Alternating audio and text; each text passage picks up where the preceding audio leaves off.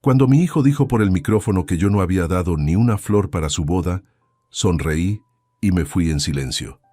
Pero al día siguiente, los 3.2 millones de euros que pensaba dejarle ya no existían. Antes de continuar, suscríbete al canal, activa la campanita, porque todos los días tenemos nuevas historias. Deja tu like y cuéntanos en los comentarios desde qué ciudad nos estás viendo. Mi nombre es Manuel Ruiz Moreno. Tengo 65 años y durante décadas construí un pequeño imperio que pensé dejaría como legado a mi único hijo. Hoy, mientras escribo estas líneas desde mi nueva casa en la costa de Málaga, puedo decir con absoluta tranquilidad que fue la mejor decisión que tomé en mi vida. Pero para entender por qué, debo llevarte hasta aquel sábado 16 de septiembre de 2023, el día que mi mundo cambió para siempre. La boda de Diego, mi hijo de 32 años, se celebraría en el Hotel Villamagna de Madrid. Durante meses, había escuchado comentarios vagos sobre los preparativos, siempre de pasada, nunca con detalles. «Todo está controlado, papá», me decía cada vez que preguntaba si necesitaba ayuda. «Joaquín se está encargando de todo». Joaquín Vega Castillo, el padre de Patricia, mi nuera, un empresario inmobiliario de 58 años que había tomado las riendas de la organización con la naturalidad de quien está acostumbrado a resolver problemas con dinero. Yo no ofrecí pagar la boda. Es cierto, debo admitirlo. Después del divorcio con Isabel en 2018, mi relación con Diego se había vuelto distante, fría, casi protocolaria. Él vivía su vida de abogado exitoso, yo manejaba mis negocios desde la sombra y nos veíamos en ocasiones esporádicas donde intercambiábamos cortesías sin profundidad. Pensé que la boda sería una oportunidad para acercarnos, pero también pensé que mi contribución vendría después en privado de la forma que realmente importa, con el futuro asegurado. Verán, durante todos esos meses de preparativos, yo tenía mi propio plan secreto. En mi despacho de la calle Serrano, guardaba 2 documentos que cambiarían la vida de Diego para siempre. Los papeles de traspaso de Construcciones Ruiz S.L., la empresa familiar que había construido durante 30 años y que facturaba 2.8 millones de euros anuales, y las escrituras de un apartamento de 180 metros cuadrados en pleno barrio de Salamanca, valorado en 850.000 euros. Mi plan era entregarle ambos documentos en la luna de miel, como regalo de bodas. Una sorpresa que le garantizaría estabilidad económica de por vida.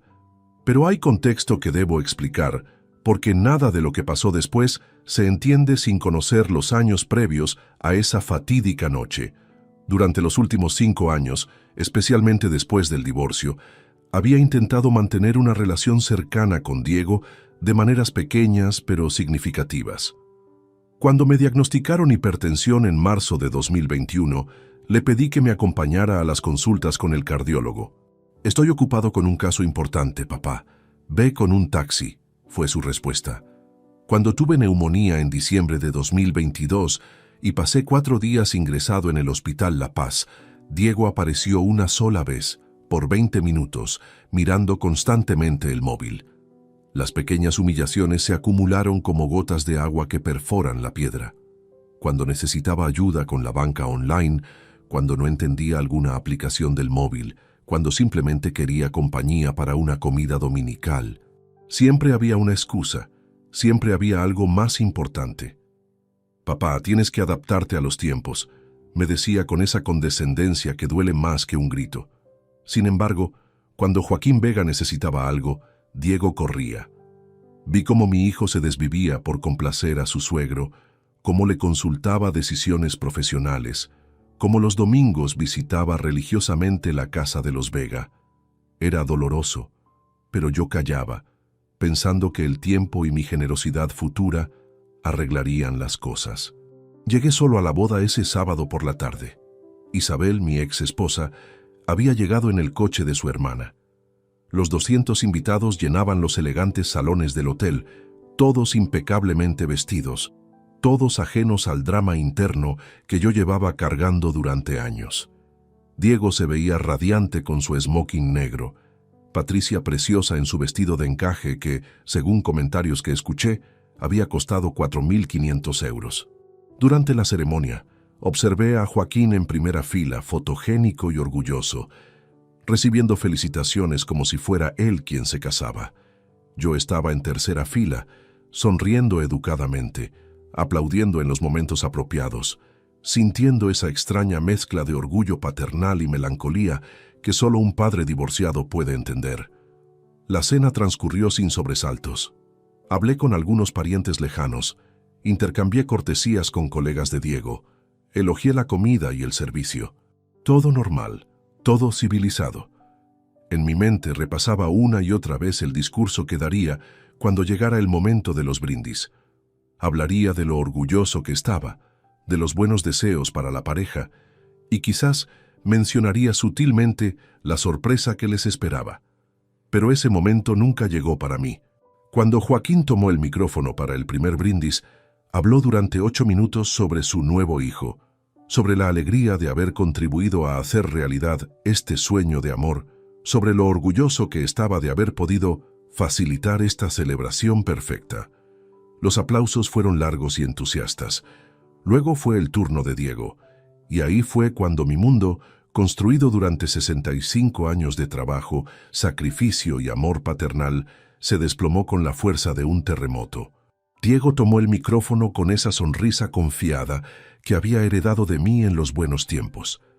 La luz del salón iluminaba su rostro mientras 200 pares de ojos se fijaban en él, esperando sus palabras. Patricia lo miraba desde la mesa principal con adoración, Joaquín asentía orgulloso desde su asiento e Isabel sonreía con esa expresión maternal que conocía tan bien. Yo esperaba escuchar mi nombre, esperaba ese reconocimiento que un padre merece, aunque sea por protocolo, aunque sea por educación básica.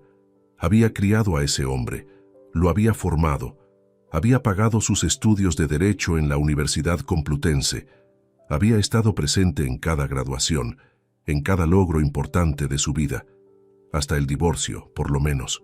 Amigos, familia, comenzó Diego con voz clara y pausada. Hoy es el día más importante de mi vida. Patricia y yo queremos agradecer a todas las personas que han hecho posible esta celebración mágica. Sus primeras palabras fueron para Patricia, como era natural. Habló de su amor, de los planes que tenían juntos, de la felicidad que sentía, todo hermoso, todo esperado. Luego mencionó a Isabel, agradeciéndole por haberlo criado con tanto amor y dedicación. Mi exesposa se emocionó visiblemente, secándose discretamente las lágrimas.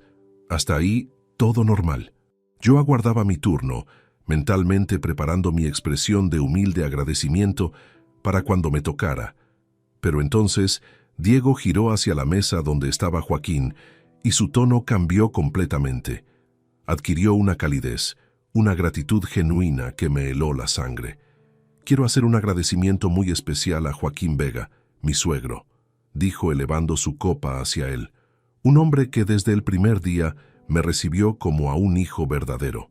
Joaquín, sin tu generosidad, sin tu apoyo incondicional, esta celebración no habría sido posible. Has pagado cada detalle de esta fiesta perfecta, desde las flores hasta la orquesta, desde el banquete hasta los vinos más exquisitos. Los aplausos comenzaron a sonar mientras mis manos se enfriaban. ¿Hacia dónde iba este discurso? Joaquín me ha enseñado lo que significa ser un padre presente, continuó Diego, y cada palabra era como un puñal directo al corazón. Siempre disponible, siempre dispuesto a ayudar, siempre poniendo a la familia por delante de todo lo demás. Gracias por demostrarme que un padre puede ser también un amigo, un consejero, un verdadero soporte. El salón entero estaba cautivado por sus palabras.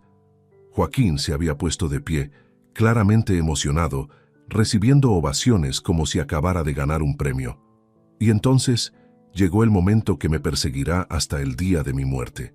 Diego hizo una pausa dramática, sonrió con esa ironía cruel que solo los hijos pueden dirigir a sus padres y soltó la bomba que destrozaría nuestra relación para siempre.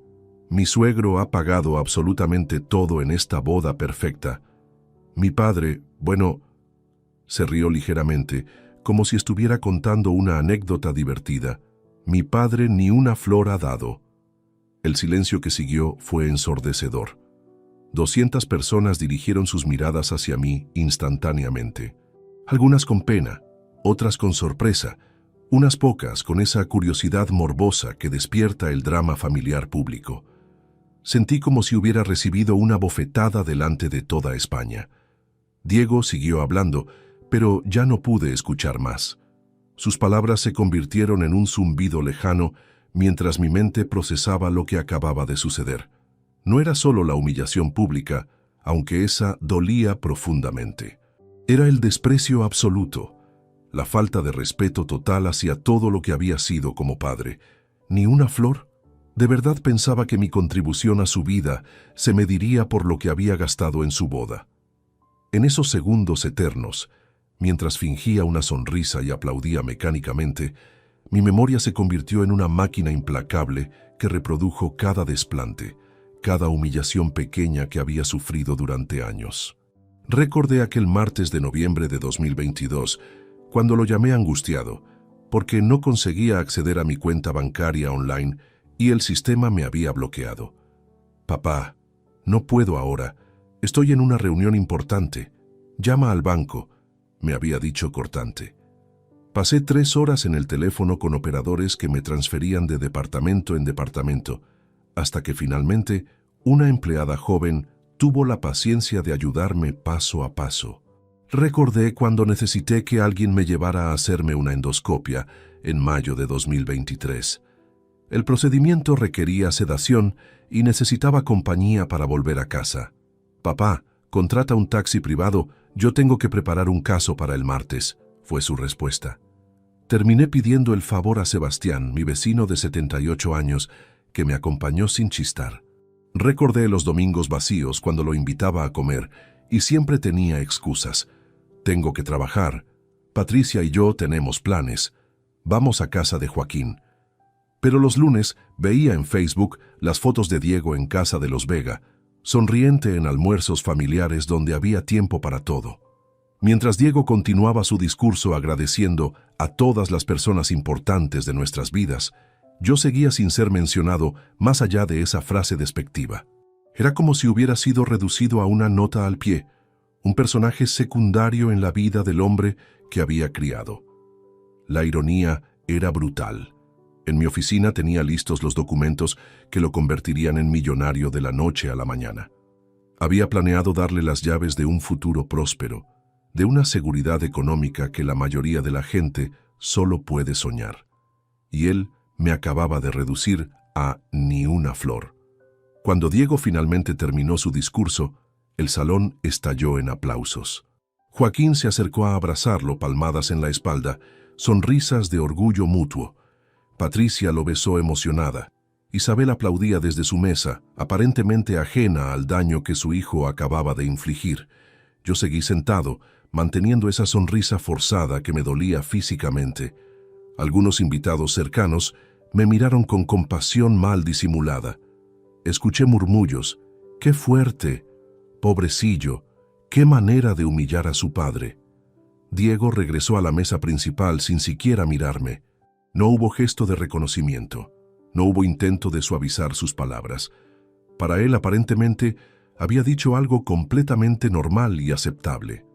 Fue en ese momento exacto, mientras veía a mi hijo brindar alegremente con Joaquín, cuando tomé la decisión más importante de mi vida. No fue un arrebato emocional, no fue venganza ciega, fue una claridad cristalina, fría y calculada. Si mi hijo creía que yo ni una flor había dado, entonces tendría razón, para siempre. Me levanté de mi asiento con una tranquilidad que me sorprendió incluso a mí mismo. No había temblor en mis manos, no había rabia visible en mi rostro, solo una serenidad extraña, como la calma que dicen que sienten los condenados a muerte momentos antes de la ejecución. Tal vez porque, en cierto sentido, algo dentro de mí había muerto esa noche. Caminé entre las mesas con pasos medidos, esquivando a los invitados que se habían levantado a bailar. La orquesta tocaba una versión suave de Sabor a mí, mientras las parejas se mecían en la pista. Todo seguía siendo perfecto, elegante, exactamente como Joaquín había planeado. La fiesta continuaba su curso natural, ajena al terremoto personal que acababa de sacudir mis cimientos. Llegué hasta la mesa principal, donde Diego conversaba animadamente con Patricia y sus amigos de la universidad. Lo observé durante unos segundos. Mi hijo, el hombre que había salido de mis entrañas, que había dado sus primeros pasos agarrado a mis dedos, que había llorado en mis brazos cuando se rompió el brazo a los 7 años. Ese mismo hombre que acababa de aniquilarme públicamente sin el menor asomo de remordimiento. «Diego», dije suavemente, tocando su hombro. Se giró hacia mí con esa sonrisa social que reservaba para conocidos casuales. «Sí, papá. Felicidades por la boda. Ha estado todo precioso». Sus ojos mostraron una satisfacción superficial, como si mi aprobación fuera un detalle menor pero bienvenido. «Gracias. Joaquín realmente se ha esmerado con todo». Por supuesto, hasta en mi felicitación necesitaba mencionar a Joaquín. «Patricia está radiante», agregué mirando a mi nuera. Ella sonrió cortésmente, pero noté cierta incomodidad en su expresión. Tal vez había percibido la tensión que yo intentaba ocultar. «Muchísimas gracias, Manuel», respondió ella con educación. Al menos Patricia mantenía las formas. Me acerqué un poco más a Diego. Los invitados cercanos siguieron conversando, pero algunos discretamente prestaban atención a nuestra interacción. Sabían que algo raro había pasado con el discurso. «Hijo», le dije en voz baja, colocando mi mano en su hombro con firmeza, «has dicho algo muy cierto esta noche. Tienes razón. No he dado ni una flor para tu boda». Diego me miró con cierta confusión, como si no entendiera hacia dónde iba mi comentario. «Papá, yo no quise...» «No, no», lo interrumpí con suavidad, manteniendo esa sonrisa que me estaba costando un esfuerzo sobrehumano. «Has sido absolutamente honesto. ¿Y sabes qué me gusta de la honestidad? Que funciona en ambas direcciones». Le di un abrazo largo, paternal, que él correspondió mecánicamente. Mientras lo abrazaba, susurré en su oído: «Disfruta tu noche perfecta, Diego». Ha sido exactamente lo que necesitaba escuchar. Cuando me separé, vi un destello de inquietud en sus ojos. Tal vez intuía que había algo más profundo en mis palabras, pero estaba demasiado inmerso en su celebración para procesarlo completamente. «Que tengas una luna de miel maravillosa», agregué, besando su frente como había hecho miles de veces cuando era niño. «Te quiero, hijo». Sin esperar respuesta, me giré hacia Patricia, le di un beso cortés en la mejilla y le deseé toda la felicidad del mundo. Ella murmuró algo sobre esperanza de que nos viéramos pronto, palabras vacías de cortesía que ambos sabíamos que no significaban nada real. Después, me dirigí hacia Isabel, que estaba en su mesa charlando con su hermana Carmen. Mi ex esposa me recibió con esa frialdad educada que caracterizaba nuestras interacciones desde el divorcio. «Me voy ya, Isabel. La ceremonia ha sido muy bonita». «¿Tan temprano? Aún es pronto», respondió con sorpresa genuina. «Tengo cosas que hacer mañana temprano», mentí con naturalidad. «Cuídate mucho». Le di un beso en la mejilla y me despedí también de Carmen, que me miró con cierta extrañeza. Probablemente había notado la tensión durante el discurso de Diego. Salí del salón sin mirar atrás. En la recepción del hotel, el conserje me preguntó si necesitaba que llamara un taxi. «Por favor», le respondí, y en menos de 5 minutos estaba en el asiento trasero de un Mercedes negro, dando la dirección de mi casa en el barrio de Chamberí. Durante el trayecto de 25 minutos, Madrid desfiló ante mis ojos como una película en silencio. Las calles iluminadas, la gente disfrutando de su sábado noche, las terrazas llenas de vida. Todo seguía igual que siempre, pero yo había cambiado irrevocablemente en las últimas 2 horas. El taxista, un hombre de unos 50 años con acento andaluz, intentó entablar conversación. «¿Viene de alguna celebración?» «De una boda», respondí lacónicamente. «Ah, qué bueno. ¿Familia?» «Mi hijo». «Enhorabuena. Debe estar usted muy orgulloso». «¿Orgulloso?» ¿Qué palabra más compleja se había vuelto esa noche? «Sí», mentí. «Muy orgulloso». El resto del viaje transcurrió en silencio. Yo miraba por la ventana, pero no veía realmente las calles. Mi mente había comenzado a trabajar de manera mecánica, fría, calculadora. Era como si hubiera activado un programa interno que había estado dormido durante años, el instinto de supervivencia empresarial que me había servido para construir mi negocio desde cero. Cuando llegué a casa, pagué al taxista y subí lentamente hasta mi apartamento en el tercer piso. El portero nocturno me saludó cordialmente. «¿Qué tal la boda, don Manuel?» «Perfecta», respondí. «Absolutamente perfecta». Una vez dentro de mi hogar me quité el traje de ceremonia con movimientos pausados y deliberados. Colgué la chaqueta, aflojé la corbata, me puse ropa cómoda. Todo con esa extraña calma que me había invadido desde el momento de la humillación pública. Me preparé un whisky escabeche de Malta, un Macallan 18 años que guardaba para ocasiones especiales. Ironías de la vida. Esa noche merecía definitivamente una copa especial, aunque no por los motivos que había imaginado esa mañana. Me senté en mi sillón de cuero favorito, el que había comprado cuando me mudé después del divorcio, y comencé a reflexionar con esa lucidez brutal que solo llega en los momentos más dolorosos de la vida. Diego tenía razón. No había contribuido económicamente a su boda, pero no porque fuera tacaño, no porque no me importara, no porque no tuviera los medios. No había contribuido porque había asumido, erróneamente, que mi rol como padre iba más allá del dinero. Había pensado que mi presencia, mi amor, mi apoyo emocional valían tanto como los euros que Joaquín había invertido. Qué ingenuo había sido. En el mundo de Diego, aparentemente, el amor se medía en facturas pagadas, en gastos cubiertos, en inversiones tangibles. Y bajo ese criterio, Joaquín había ganado la competencia de forma aplastante. Joaquín era el padre que Diego quería, presente con la billetera, generoso con el dinero, siempre listo para resolver problemas económicos. Yo era simplemente el padre biológico, una figura decorativa que aparecía en ceremonias familiares para completar el protocolo social. Muy bien, si esas eran las reglas del juego, yo las aceptaría completamente. Terminé mi whisky y fui directamente a mi despacho. Encendí la lámpara del escritorio, abrí la caja fuerte que tenía empotrada detrás de un cuadro de Sorolla y saqué los 2 documentos que cambiarían el curso de esta historia. Los leí una vez más, solo para asegurarme de que entendía completamente lo que estaba a punto de hacer. En mis manos tenía el futuro económico de Diego. 3.200.000 euros en valor total entre empresa y apartamento. Era hora de demostrarle que tenía razón. Su padre realmente no daba ni una flor. Los documentos estaban ahí, extendidos sobre mi escritorio de caoba bajo la luz amarillenta de la lámpara. 2 folios que representaban décadas de trabajo, sacrificio y una planificación meticulosa que Diego jamás había sospechado. Los toqué con las yemas de los dedos, como si fueran reliquias sagradas, mientras mi mente comenzaba un viaje brutal hacia el pasado.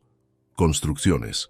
Ruiz Cele había comenzado en 1987 con un préstamo de 50.000 pesetas que pedía al banco tras vender el coche de Isabel. Diego tenía apenas 2 años entonces. Correteaba por la casa con sus pantalones cortos mientras yo llenaba formularios en la mesa de la cocina hasta altas horas. Isabel me preparaba café tras café, confiando ciegamente en mi visión de futuro, aunque nuestros ahorros fueran prácticamente inexistentes. Los primeros contratos fueron pequeños: reformas de baños, reparación de techos, trabajos menores que realizaba yo mismo con las herramientas que compraba de segunda mano. Diego se dormía escuchando el sonido de mi calculadora mientras hacía presupuestos, y los fines de semana me acompañaba a las obras envuelto en su chaquetita azul, preguntándome para qué servía cada herramienta. «Papá, ¿cuándo seré mayor para ayudarte?», me preguntaba con esos ojitos curiosos mientras yo colocaba azulejos o lijaba paredes. «Muy pronto, campeón», le respondía, acariciando su cabello. «Algún día todo esto será tuyo». Qué inocente había sido al creer que esas promesas significaban algo para él. La empresa creció gradualmente durante los años 90. Conseguimos contratos más grandes, reformas integrales de oficinas, construcción de chalets adosados, rehabilitación de edificios históricos. Para el año 2000 ya empleábamos a 15 personas y facturábamos más de 300.000 euros anuales. Diego, entonces con 15 años, presumía ante sus compañeros de instituto: mi padre tiene una empresa de construcción. Construye casas importantes. Se sentía orgulloso de mí en aquella época, o al menos fingía estarlo. El apartamento de la calle Velázquez lo adquirí en 2015, durante la crisis inmobiliaria, cuando los precios habían caído dramáticamente. Costó 480.000 euros entonces, una inversión arriesgada que Isabel criticó duramente. «Estás loco, Manuel. ¿Para qué queremos 2 pisos?», me reprochaba. Pero yo ya tenía planes. Sería el regalo de bodas para Diego cuando encontrara a la mujer de su vida. Durante 8 años conservé ese inmueble, pagando religiosamente la comunidad, el seguro, los impuestos. Cada trimestre, cuando llegaba el recibo del IBI, pensaba en la cara de alegría que pondría Diego el día que le entregara las llaves. «Papá, no puedo creerlo», imaginaba que me diría. «Eres increíble». Más fantasías patéticas de un padre enamorado de su hijo. Cogí el segundo documento, las escrituras del apartamento. 180 metros cuadrados distribuidos en 4 habitaciones, 3 baños, salón con vistas al retiro, cocina equipada con electrodomésticos de última generación. Lo había reformado completamente en 2020, invirtiendo otros 120.000 euros adicionales. Suelos de parqué noble, mármol de Carrara en los baños, aire acondicionado por conductos, domótica integrada. Todo pensado para una pareja joven que iniciaba su vida matrimonial. Mientras revisaba los papeles, mi memoria continuó su trabajo despiadado. Recordé aquel episodio de febrero de 2021 que había marcado un antes y un después en nuestra relación, aunque entonces no lo entendí completamente. Había sufrido una arritmia durante una reunión con clientes. Nada grave, según los médicos, pero necesitaba hacerme un electrocardiograma de control y el cardiólogo había insistido en que fuera acompañado por si se producía alguna complicación durante la prueba. Llamé a Diego desde el hospital. «Hijo, ¿puedes venir al Hospital Ramón y Cajal? Necesito que me acompañes para una prueba». «¿Qué ha pasado? ¿Es grave?», me preguntó con una preocupación que interpreté como genuina. «No creo, pero el médico dice que es mejor que venga alguien conmigo». Hubo una pausa larga que debería haberme alertado. «Papá, estoy en medio de una mediación muy complicada. ¿No puede ir mamá contigo? Tu madre está trabajando y además ya sabes cómo se pone con los temas médicos», le expliqué. Isabel siempre se había alterado mucho ante cualquier problema de salud familiar. «Mira, papá, llama a un taxi o pide a algún amigo. Yo de verdad no puedo salir ahora. Este caso me ha costado meses conseguirlo». Colgó después de prometerme que me llamaría en cuanto terminara. Nunca llamó. Terminé pidiendo a Sebastián, mi vecino jubilado, que me acompañara. Un hombre de 78 años tuvo que hacer de hijo porque el mío estaba ocupado con cosas más importantes. Pero lo que realmente me dolió fue descubrir, 3 días después, una foto en el Instagram de Patricia. Diego aparecía sonriente en un restaurante elegante, brindando con una copa de champán. El pie de foto decía: «Celebrando el éxito de mi abogado favorito». La fecha de la publicación coincidía exactamente con el día de mi electrocardiograma. No había tenido una mediación importante. Había tenido una cena de celebración con su novia. Había mentido descaradamente para evitar acompañar a su padre a una prueba médica. Seguí leyendo los documentos mientras más recuerdos dolorosos emergían como demonios del pasado. El día que necesité ayuda para configurar mi nuevo smartphone y Diego me respondió: «Papá, YouTube está lleno de tutoriales. Aprende como todo el mundo». El día que quise invitarlo a almorzar para su cumpleaños y me dijo que ya tenía planes con la familia de Patricia. El día que intenté explicarle un problema con Hacienda y me cortó: «Contrata a un asesor fiscal, yo no me dedico a eso». Pero el contraste más brutal lo descubrí por casualidad un domingo de marzo de 2023. Había ido al Corte Inglés de Goya para comprar una camisa y vi a Diego cargando bolsas de compras junto a Joaquín. Se reían animadamente mientras subían las escaleras mecánicas. Joaquín llevaba una bolsa del Corte Inglés que parecía pesada. Diego, otra de Zara Home. Lo seguí discretamente, sintiéndome ridículo pero incapaz de resistir la curiosidad. Los vi entrar juntos en la sección de electrónicos. Joaquín señalaba una televisión de 55 pulgadas, mientras Diego asentía entusiasmado. Escuché fragmentos de su conversación. «Para el salón nuevo quedará perfecta», decía Joaquín. «No sabes cuánto te lo agradezco», respondía Diego. Joaquín estaba comprándole una televisión que costaba más de 1.000 euros. Mi hijo lo trataba con la deferencia y gratitud que yo nunca había recibido, ni siquiera cuando le regalé su primer coche para la universidad. Ese día entendí que había perdido a mi hijo mucho antes de darse cuenta. Joaquín había ocupado mi lugar no solo como figura paterna, sino como proveedor, como referente, como el hombre al que Diego acudía cuando necesitaba algo.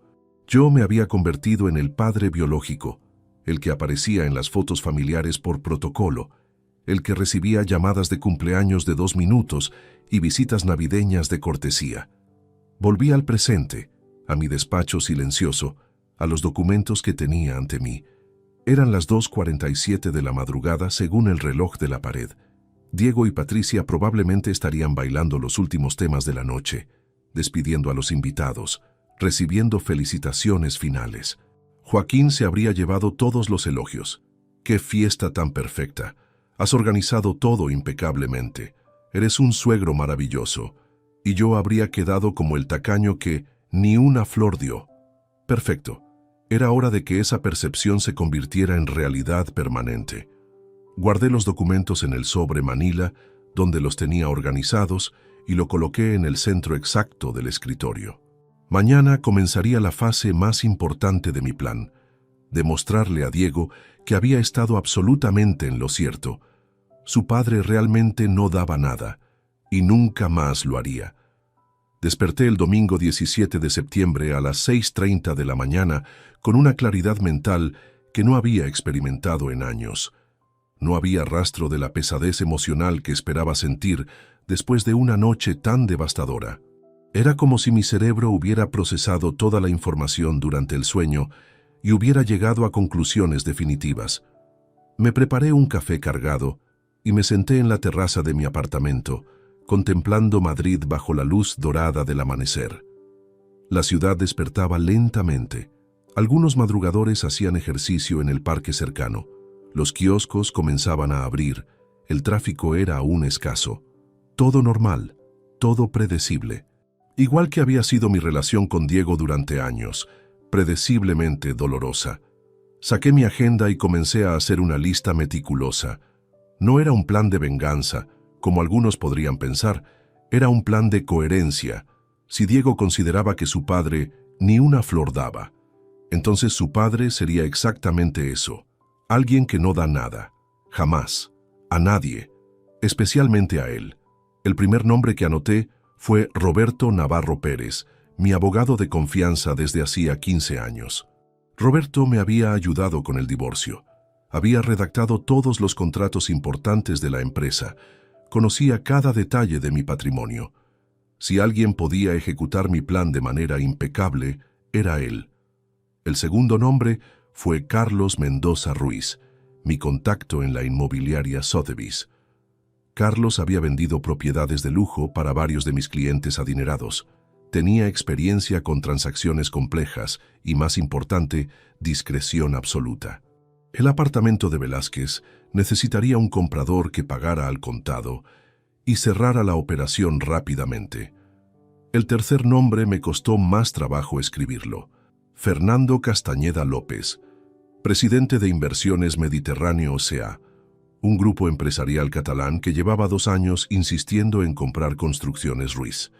Fernando me había hecho ofertas generosas cada 6 meses, siempre rebatidas cortésmente porque yo tenía otros planes para la empresa. Planes que incluían un heredero natural llamado Diego. Esos planes habían muerto la noche anterior a las 22:34, hora exacta en que mi hijo pronunció esas palabras devastadoras. Revisé los contactos de mi móvil hasta encontrar el número de Fernando. Era demasiado temprano para llamar, pero sabía que era madrugador.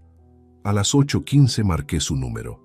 «Manuel, qué sorpresa tan agradable», contestó con esa energía característica de los empresarios catalanes. «¿Cómo estás? ¿Qué tal la boda de tu hijo?» «Perfecta, Fernando, absolutamente perfecta», respondí con ironía que él no pudo captar. «Te llamo porque he estado reflexionando sobre nuestras conversaciones anteriores». Hubo un silencio expectante al otro lado de la línea. Fernando era demasiado experimentado para mostrar emoción prematura, pero presentía que algo importante estaba por llegar. «¿En qué sentido, Manuel? Tu última oferta por Construcciones Ruiz, ¿sigue vigente?» «Por supuesto. De hecho, podríamos mejorarla dependiendo de varios factores. ¿Estás considerando seriamente vender?» «Muy seriamente. ¿Cuándo podríamos reunirnos para hablar detalles?» Fernando no pudo ocultar su entusiasmo. «¿Te parece mañana lunes? Puedo volar a Madrid sin problema». «Perfecto, en mi oficina a las 10:00. Allí estaré. Manuel, me alegra mucho que hayas tomado esta decisión. Será una gran adquisición para nosotros». Colgué sintiendo una extraña mezcla de liberación y melancolía. Acababa de dar el primer paso para desmantelar todo lo que había construido pensando en Diego. Era doloroso, pero también purificador, como limpiar una herida infectada. La segunda llamada fue a Roberto Navarro. Su secretaria me informó que estaba de fin de semana en su casa de campo, pero que podía localizarlo para urgencias. Le dije que era urgente. «Manuel, ¿todo bien? No es habitual que llames los domingos», me dijo Roberto cuando al fin contestó. «Necesito verte mañana temprano. Tengo que preparar varios documentos importantes, relacionado con algún problema legal. Todo lo contrario, voy a vender la empresa y el apartamento de Velázquez. Necesito que prepares toda la documentación». Roberto guardó silencio durante varios segundos. Conocía mis planes respecto a Diego. Sabía lo importante que era para mí dejarle un patrimonio sólido. «Manuel, ¿estás seguro? Es una decisión muy importante. Tal vez deberías pensarlo unos días más». «Llevo pensándolo toda la vida, Roberto. Ya no hay marcha atrás». «Muy bien, nos vemos mañana a las 9:00. Prepararé todo lo necesario». La tercera llamada fue la más delicada. Carlos Mendoza respondió al segundo tono, como siempre. «Don Manuel, ¿cuánto tiempo sin saber de usted?» «Carlos, necesito que pongas en venta el apartamento de Velázquez inmediatamente». «¿El de 180 metros? ¿El que reformó hace 3 años?» «Exactamente ese. Pero si ese apartamento era para su hijo». «Ya no». Carlos tenía la experiencia suficiente para no hacer preguntas incómodas. «Entiendo. ¿Qué precio tiene en mente?» «El de mercado, pero quiero un comprador serio que cierre rápido, preferiblemente inversor extranjero que pague al contado». «Sin problema. Tengo varios clientes que podrían estar interesados. ¿Cuándo puedo hacer las fotos y preparar el dossier?» «Mañana por la tarde, si es posible». «Perfecto. Le envío un técnico a las 16:00. Cuando terminé las llamadas, eran las 9:30 de la mañana. Diego y Patricia probablemente seguían durmiendo después de su noche de bodas, ajenos al terremoto que se estaba gestando en la vida que creían tener planificada. Me vestí con ropa deportiva y salí a caminar por el Retiro. Necesitaba moverme, pensar, procesar lo que estaba haciendo. Durante 2 horas recorrí los senderos del parque, observando familias que disfrutaban del domingo, parejas jóvenes que paseaban tomadas de la mano, padres que empujaban carritos de bebé. Todas esas escenas familiares que había imaginado vivir con Diego cuando fuera abuelo, planes que ahora sabía que eran completamente irreales. ¿Cómo iba a ser abuelo de alguien que consideraba que yo ni una flor daba?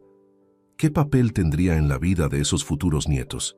El del abuelo pobre que aparece con regalos baratos, mientras el abuelo Joaquín los colma de caprichos caros. No. Esa película ya la había visto y no me gustaba el final. Cerca del mediodía, mientras tomaba un café en la terraza del Café del Retiro, sonó mi teléfono. Era un número que no reconocía. ¿Don Manuel Ruiz? Sí, soy yo. Soy periodista de la sección de Sociedad del diario ABC. Estuvimos ayer en la boda de su hijo. Queremos hacer un reportaje sobre la celebración. ¿Podríamos hacerle algunas preguntas? Mi sangre se heló. Un periodista había estado en la boda. Había escuchado el discurso de Diego. Posiblemente había notado mi salida temprana. ¿Qué tipo de reportaje? Una crónica social sobre bodas elegantes madrileñas. Fue una celebración muy bonita. No tengo nada que declarar, respondí secamente. Solo queríamos saber su opinión sobre la fiesta, alguna anécdota emotiva. Le repito que no tengo declaraciones. Buenos días. Colgué sintiendo una nueva ola de humillación. Un periodista había presenciado mi degradación pública. Posiblemente habría otros invitados que comentarían la anécdota en sus círculos sociales. ¿Te enteraste de lo que pasó en la boda de los Ruiz? El novio humilló a su padre delante de todo el mundo. Mi nombre se convertiría en comidilla de salones, en ejemplo de la ingratitud filial, en motivo de lástima social. No, eso no iba a suceder. Regresé a casa y me encerré en mi despacho. Era hora de acelerar todos los procesos. Llamé de nuevo a Fernando Castañeda. Fernando, sobre nuestra reunión de mañana, ¿podrías traer una oferta formal por escrito? Me gustaría cerrar la operación lo antes posible. Por supuesto, Manuel. ¿Hay alguna urgencia particular? Digamos que han cambiado mis prioridades vitales. Entiendo perfectamente. A nuestra edad, el tiempo es oro. No tenía idea de cuánta razón tenía. Esa noche, mientras Diego y Patricia disfrutaban de su primera noche como matrimonio, yo terminé de planificar la destrucción sistemática de todos sus sueños económicos. Era justicia poética. Él había destruido mis sueños paternales en público. Yo destruiría sus expectativas materiales en privado. La diferencia era que yo tenía el poder real para hacerlo. El lunes 18 de septiembre amaneció gris y lluvioso, como si el propio cielo reflejara la transformación que estaba a punto de ejecutar. A las 7:30 ya estaba duchado, afeitado y vestido con mi mejor traje azul marino. Tenía citas que cambiarían mi vida para siempre y quería causar la mejor impresión posible en los que serían los últimos actos de mi carrera empresarial. Roberto Navarro llegó puntual a las 9 a mi oficina de la calle Serrano, cargado con su maletín de cuero marrón y una expresión de preocupación mal disimulada. Durante 15 años había sido mi consejero legal, pero también algo parecido a un amigo. Conocía mi obsesión por dejarle un imperio a Diego. Manuel, antes de empezar con los papeles, puedo preguntarte qué ha pasado. Ayer sonabas diferente. Me serví un café de la máquina que tenía en la oficina y le ofrecí otro. Roberto, ¿tú tienes hijos? 2, Ana de 25 y Marcos de 22. ¿Alguna vez te han humillado públicamente? Roberto frunció el ceño, claramente incómodo con la dirección de la conversación. No entiendo. Es simple. ¿Alguna vez han dicho delante de extraños que tú no vales nada como padre? Manuel, no sé qué ha ocurrido, pero tal vez sea un malentendido. No hay malentendidos, Roberto. Saqué mi móvil y busqué un video que había grabado uno de los invitados y subido a Instagram. Se oía claramente la voz de Diego. Mi suegro ha pagado absolutamente todo en esta boda perfecta. Mi padre ni una flor ha dado. Roberto escuchó el audio 2 veces, su expresión cambiando gradualmente de confusión a comprensión y finalmente a indignación. Dios mío, Manuel, lo siento mucho. No necesito lástima, Roberto. Necesito documentos de venta. ¿Los has preparado? Roberto abrió su maletín y extrajo una gruesa carpeta azul. Todo está aquí. Contratos de compraventa tanto para la empresa como para el inmueble. Pero debo insistir en que te tomes más tiempo para pensarlo. Estas decisiones son irreversibles. Exactamente por eso las estoy tomando. Quiero que sean irreversibles. Revisamos cada cláusula, cada detalle legal. La venta de Construcciones Ruiz S.L. a Inversiones Mediterráneo sería por 2.8 millones de euros, pagaderos al contado mediante transferencia bancaria dentro de las 72 horas posteriores a la firma. El apartamento saldría al mercado con un precio de 950.000 euros, pero Carlos había sugerido que podríamos conseguir hasta 980.000 si encontrábamos el comprador adecuado. A las 10:00 en punto, Fernando Castañeda apareció en mi oficina acompañado de 2 asesores financieros. Era un hombre de 52 años, bronceado, con el aspecto próspero de quien ha tenido éxito en los negocios desde joven. Sus ojos brillaron cuando vio los documentos extendidos sobre mi mesa. «Manuel, me alegra enormemente que hayas decidido dar este paso», dijo mientras estrechaba mi mano con firmeza. Construcciones Ruiz encaja perfectamente en nuestro plan de expansión hacia Madrid. Las negociaciones fueron sorprendentemente fluidas. Fernando había venido preparado para cerrar el trato inmediatamente. Su oferta final fue de 2,85 millones de euros, 50.000 más de lo que habíamos acordado por teléfono. «Es una empresa sólida con una reputación impecable», explicó Fernando, mientras sus asesores revisaban los balances financieros. «Tus empleados son leales, tus clientes satisfechos, tu cartera de proyectos futuros está bien planificada.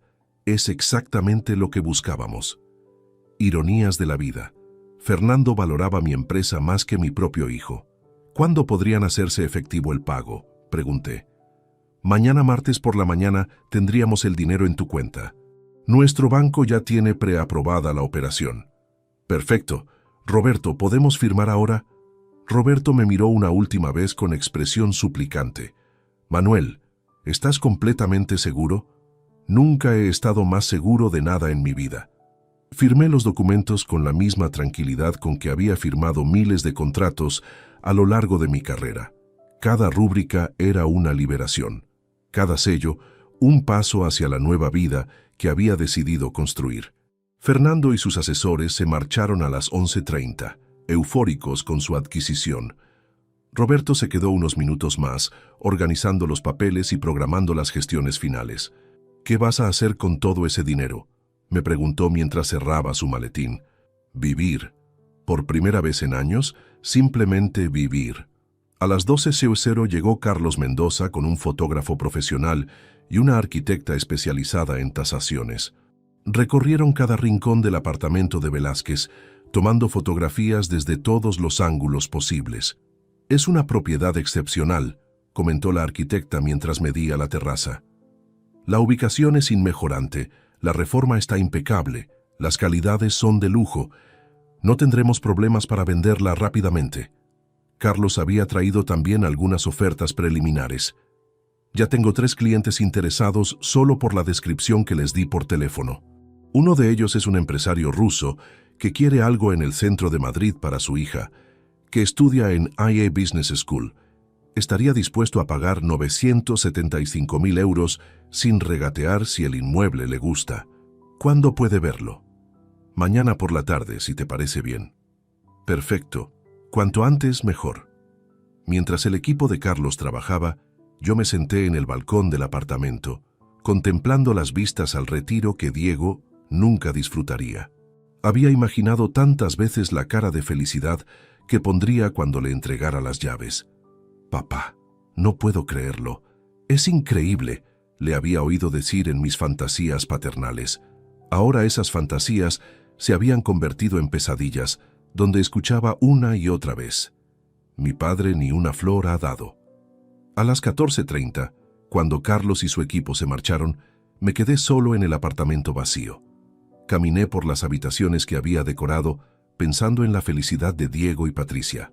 El dormitorio principal con vistas panorámicas, el despacho donde Diego podría trabajar desde casa, la cocina americana perfecta para una pareja joven. Todo perdido por una frase cruel pronunciada delante de 200 personas. Cerré el apartamento y regresé a mi oficina. Tenía que informar a mis empleados sobre la venta. Sería doloroso, pero necesario.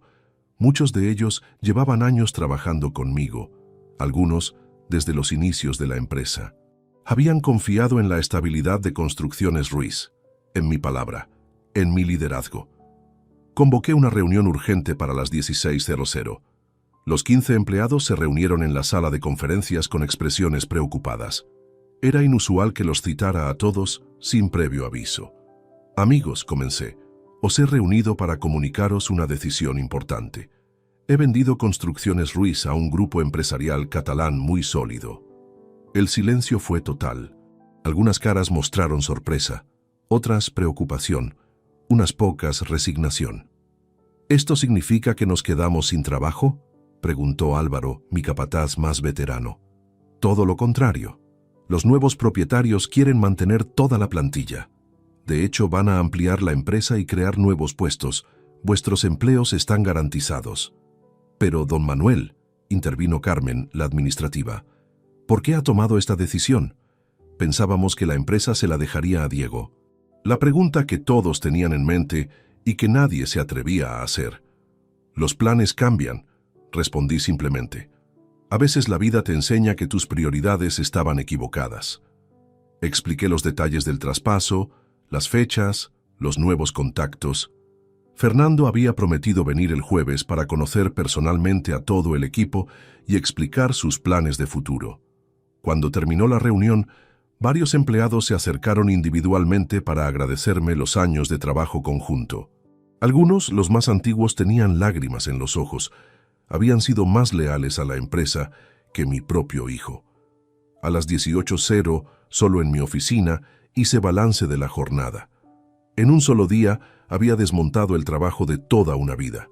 Mañana tendría casi 3 millones de euros en el banco y ninguna responsabilidad empresarial. Era extraño sentirse tan libre y tan vacío al mismo tiempo. Cogí mi móvil para comprobar si Diego había intentado contactar conmigo. Ninguna llamada, ningún mensaje. Seguía en su burbuja de felicidad matrimonial, ajeno a que su futuro económico se estaba desvaneciendo a cada hora que pasaba. Pronto lo sabría. Muy pronto.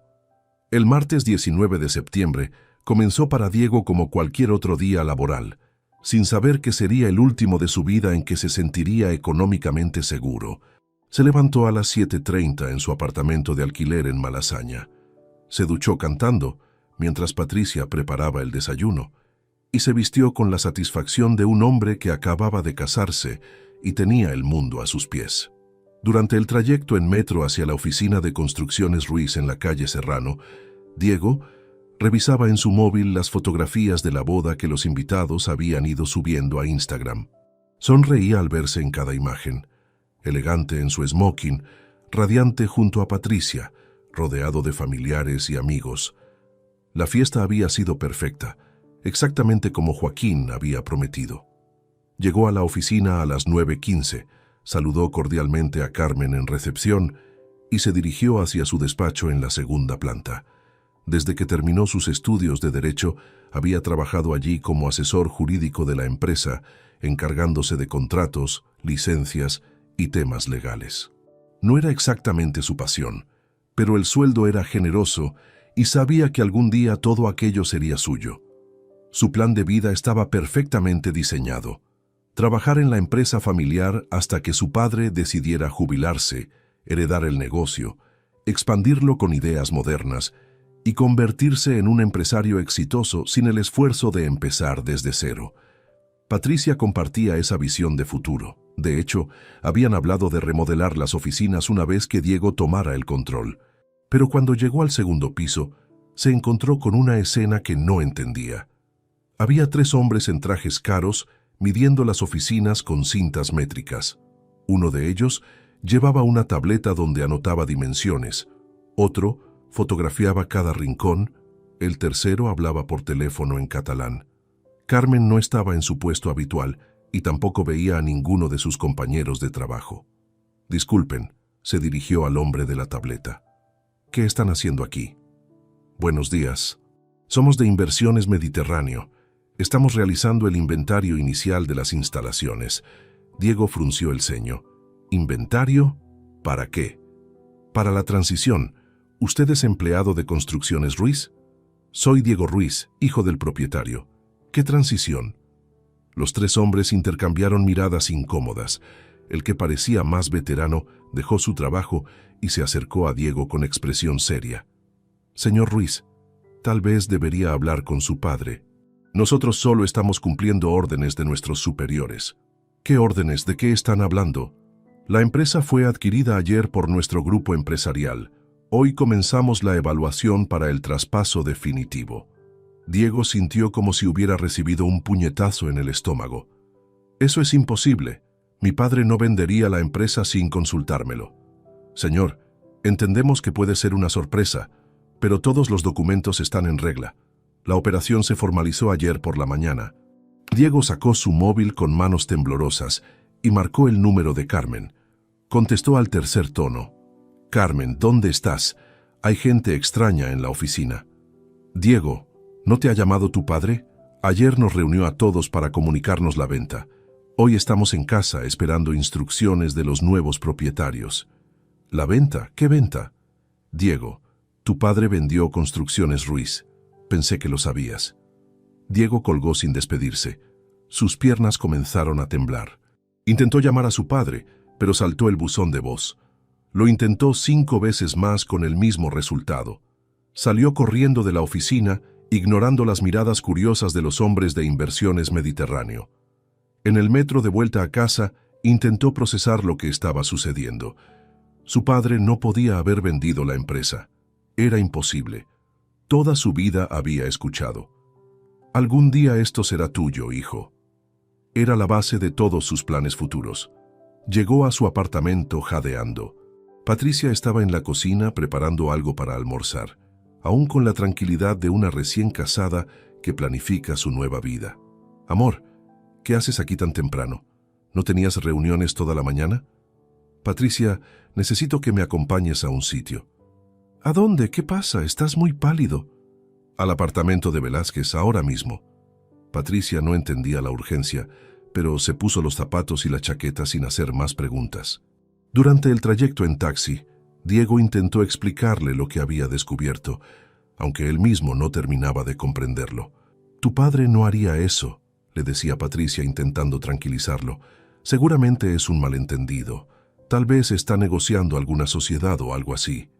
Cuando llegaron al edificio de la calle Velázquez, Diego buscó las llaves en todos sus bolsillos antes de recordar que las tenía guardadas en casa. Su padre nunca le había dado oficialmente las llaves del apartamento, pero él sabía dónde se guardaba la copia de seguridad. En una caja magnética, bajo el contador eléctrico del portal, subieron hasta la 5ª planta en un silencio tenso. Diego sentía el corazón latiendo con violencia mientras introducía la llave en la cerradura. Abrió la puerta y se encontró con una escena que terminó de confirmar sus peores sospechas. El apartamento estaba vacío de muebles personales, pero lleno de carteles inmobiliarios. «Se vende», decían en varios idiomas. Había folletos publicitarios esparcidos sobre la encimera de la cocina, fotografías profesionales pegadas en las paredes e incluso un cartel luminoso en el balcón visible desde la calle. Patricia recogió uno de los folletos. Apartamento de lujo en el barrio de Salamanca, 180 metros, totalmente reformado, vistas al retiro. Precio, 975.000 euros. «Este era nuestro regalo de boda», murmuró Diego más para sí mismo que para Patricia. «Mi padre me había prometido que sería nuestro cuando nos casáramos». Patricia comenzó a caminar por las habitaciones vacías, leyendo los carteles publicitarios, procesando lentamente la magnitud de lo que estaba viendo. «Diego, ¿cuándo te prometió tu padre este apartamento?» «Hace años. Desde que lo compró, siempre me decía que sería para mi boda». «¿Y cuándo fue la última vez que te lo confirmó?» Diego tuvo que pensar. «No lo sé, hace tiempo, pero siempre hablaba de ello como algo seguro». Patricia se sentó en el suelo del salón vacío, con el folleto inmobiliario en las manos. Su expresión había cambiado de confusión a algo parecido al pánico. «Diego, ¿qué ha pasado? ¿Por qué tu padre está vendiendo todo?» «No lo sé. No entiendo nada». Diego intentó llamar a su padre otra vez, pero seguía sin contestar. Luego probó a llamar a Isabel, su madre. «Mamá, necesito hablar contigo urgentemente». «Diego, hijo, ¿qué ocurre? Suenas alterado». «¿Sabías que papá ha vendido la empresa?» Hubo un silencio largo al otro lado de la línea. «¿Qué?» «La empresa. La ha vendido a una compañía catalana. Y también está vendiendo el apartamento que me había prometido». «Diego, eso es imposible. Tu padre lleva toda la vida diciendo que la empresa sería tuya». «Pues ya no. He estado en la oficina y hay gente nueva midiendo todo. El apartamento está lleno de carteles de venta». Isabel guardó silencio durante varios segundos. Cuando volvió a hablar, su voz sonaba preocupada. ¿Has hablado con él?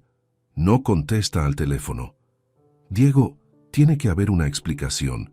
Tu padre no haría esto sin una razón muy poderosa. ¿Qué razón podría tener? Isabel suspiró profundamente. Hijo, ¿pasó algo en la boda? ¿Algún malentendido? Diego recordó vagamente su discurso de agradecimiento, pero no veía nada problemático en ello. Había agradecido a Joaquín por organizar la fiesta. Había mencionado que su padre no había contribuido económicamente. Todo cierto, todo normal. No, mamá, todo fue perfecto. Entonces debe haber otra explicación. Dame un poco de tiempo para localizarlo. Diego colgó y se sentó junto a Patricia en el suelo del apartamento vacío. A través de los ventanales, Madrid se extendía ante ellos como una promesa que acababa de convertirse en espejismo. Patricia, si mi padre ha vendido todo, no tenemos nada. Mi trabajo era en la empresa familiar. Este apartamento era nuestro regalo de boda. Todo mi futuro estaba basado en eso. Patricia lo abrazó, pero Diego pudo sentir su tensión. Ella también había construido sus expectativas sobre la estabilidad económica que suponía casarse con el heredero de una empresa próspera. Tiene que haber una explicación, susurró Patricia, aunque su voz no sonaba muy convencida. Diego miró su móvil, 27 llamadas perdidas a su padre en las últimas 2 horas, y ni una sola respuesta. Cuando mi teléfono comenzó a sonar insistentemente ese martes por la mañana, yo estaba en una terraza del Café Gijón, disfrutando de un cortado y leyendo El País. Había silenciado las notificaciones la noche anterior. Necesitaba un descanso mental después de 2 días intensos, desmontando mi vida empresarial. Ver el nombre Diego aparecer en la pantalla una y otra vez me produjo una satisfacción extraña, casi perversa. Había esperado este momento desde que firmé los papeles con Fernando Castañeda. Sabía que tarde o temprano mi hijo descubriría que su futuro dorado se había evaporado. Lo que no había calculado era la intensidad de su desesperación. En 2 horas había intentado contactarme 27 veces. Durante las primeras 15 llamadas, simplemente observé cómo la pantalla se iluminaba y se apagaba. Era hipnótico, casi terapéutico. Cada llamada rechazada era un pequeño acto de justicia, una respuesta diferida a años de desplantes y humillaciones. Estoy ocupado, le había dicho yo ahora, sin decírselo. Cerca del mediodía, decidí que había llegado el momento. Diego necesitaba aprender la lección completa, y para eso tenía que escuchar mi voz. Contesté al teléfono con la tranquilidad de quien tiene todo el poder en sus manos. ¿Sí? Papá, por fin. He estado intentando llamarte toda la mañana. La voz de Diego sonaba quebrada, al borde del pánico. Lo sé. He visto las llamadas. ¿Por qué no contestabas? Estaba ocupado. ¿Qué necesitas? Hubo un silencio desconcertado al otro lado de la línea. Diego claramente no esperaba esa frialdad en mi tono. Papá, ¿qué está pasando? He estado en la empresa y hay gente extraña diciendo que la has vendido. Es correcto, la vendí ayer. ¿Cómo que la vendiste? ¿Por qué no me lo dijiste? ¿Para qué? Tú mismo dijiste el sábado que yo no doy nada. ¿Para qué iba a consultarte sobre algo que, según tus propias palabras, no te incumbe? Papá, yo no quise decir... Dijiste exactamente lo que querías decir, Diego, delante de 200 personas. Mi padre ni una flor ha dado. ¿Recuerdas? El silencio que siguió fue largo y pesado. Pude escuchar su respiración agitada, el sonido de fondo que indicaba que no estaba solo. Papá, estaba nervioso. Era mi noche de boda. Y era la noche en que decidiste humillarme públicamente. Las consecuencias de nuestros actos, hijo, algo que deberías haber aprendido hace años. Pero la empresa era mía. Siempre me habías dicho que sería mía. Era tuya mientras yo considerara que merecías heredarla. Tus palabras del sábado me demostraron lo equivocado que estaba. Escuché sollozos al fondo. Patricia probablemente estaba llorando al entender la magnitud de lo que habían perdido. Papá, por favor, tiene que haber una solución. ¿Podemos deshacer la venta? No, Diego, no podemos. Los contratos están firmados, el dinero transferido. Es irreversible, igual que las palabras que pronunciaste por el micrófono. Era solo una frase. No puede ser que por una frase pierdas todo. Una sola frase. Diego, esa frase fue el resumen perfecto de cómo me has tratado durante años. Cuando tuve neumonía y necesitaba compañía, tú estabas ocupado. Cuando necesité ayuda con el banco, tú estabas ocupado. Cuando quería almorzar contigo los domingos, tú tenías planes con la familia de Patricia. Papá, pero cuando Joaquín te llamaba, tú corrías. Cuando él necesitaba algo, tú aparecías. Él se ganó tu respeto y gratitud en 6 meses. Yo no pude conseguirlo en 32 años. Eso no es cierto, ¿no? Entonces explícame por qué en tu discurso de boda elogiaste a Joaquín durante 5 minutos y me mencionaste solo para decir que yo no había contribuido con nada. Diego comenzó a llorar abiertamente. Eran sollozos de un hombre adulto que acababa de entender que había perdido su futuro por su propia estupidez. Papá, perdóname. No sabía lo que decía. Estaba emocionado, quería agradecer a Joaquín. Y estás en tu derecho. Joaquín se merece tu gratitud. Pagó tu boda. Te trata como al hijo que nunca tuvo. Yo simplemente acepté el rol que tú me asignaste. El padre que no da nada. Pero yo te quiero, eres mi padre. ¿Me quieres de verdad, Diego? Por supuesto que sí. Entonces dime, ¿cuándo fue la última vez que me visitaste sin necesitar algo? ¿Cuándo fue la última vez que me preguntaste cómo estaba mi salud? ¿Cuándo fue la última vez que me invitaste a comer porque querías pasar tiempo conmigo? Diego guardó silencio. Ambos sabíamos que no podía responder esas preguntas. ¿Y el apartamento de Velázquez? Preguntó con voz quebrada. También en venta. De hecho, hay un comprador interesado que viene esta tarde. Ese apartamento era mi regalo de boda. Era tu regalo de boda cuando yo creía que merecías recibirlo. Tu comportamiento del sábado me demostró que estaba equivocado. Papá, por favor, Patricia está aquí conmigo, está llorando. Vuestros planes estaban basados en mi generosidad, Diego, y tú mismo dijiste que yo no soy generoso, que no doy ni una flor. Ahora simplemente estoy siendo coherente con tu evaluación. No puede ser que seas tan cruel. ¿Cruel? ¿Te parece cruel que un padre dé exactamente lo que su hijo dice que da? Tú dijiste la verdad. Yo no di nada para tu boda. Ahora no daré nada para tu futuro. Es simple coherencia. Papá, te lo suplico. Diego, durante años te supliqué a ti. Te supliqué tiempo, atención, respeto mínimo. Y tú siempre estabas ocupado. Ahora soy yo el que está ocupado. ¿Ocupado con qué? Con vivir mi vida, con disfrutar del dinero que pensaba dejarte, con planificar viajes que siempre pospuse por trabajar para tu futuro. Un futuro que tú mismo destruiste con tus palabras. Mamá dice que esto es una locura. Tu madre no estaba en esa boda. No escuchó cómo su hijo humilló a su padre delante de 200 personas. Isabel puede opinar lo que quiera, pero las decisiones sobre mi dinero las tomo yo. Diego sollozaba incontrolablemente ahora. Papá, dame una oportunidad. Podemos arreglar esto. ¿Cómo? ¿Deshaciendo tu discurso? ¿Borrando años de desprecios? ¿Convenciendo a 200 invitados de que no escucharon lo que escucharon? ¿Podemos intentar? No, Diego, no podemos. Algunas cosas no tienen marcha atrás. Entonces, ¿qué voy a hacer? Mi trabajo era en tu empresa, mi futuro dependía del apartamento. Harás lo que hace todo el mundo. Trabajar, esforzarte, construir tu propio camino, como hice yo cuando tenía tu edad. Pero yo no tengo experiencia empresarial. Tienes un título de abogado por la Universidad Complutense. Tienes 32 años. Tienes una esposa que también trabaja. Sois 2 profesionales jóvenes. Podréis salir adelante perfectamente. Sin dinero, sin apartamento, sin empresa. Exactamente como empecé yo. Y mírame, conseguí crear un imperio.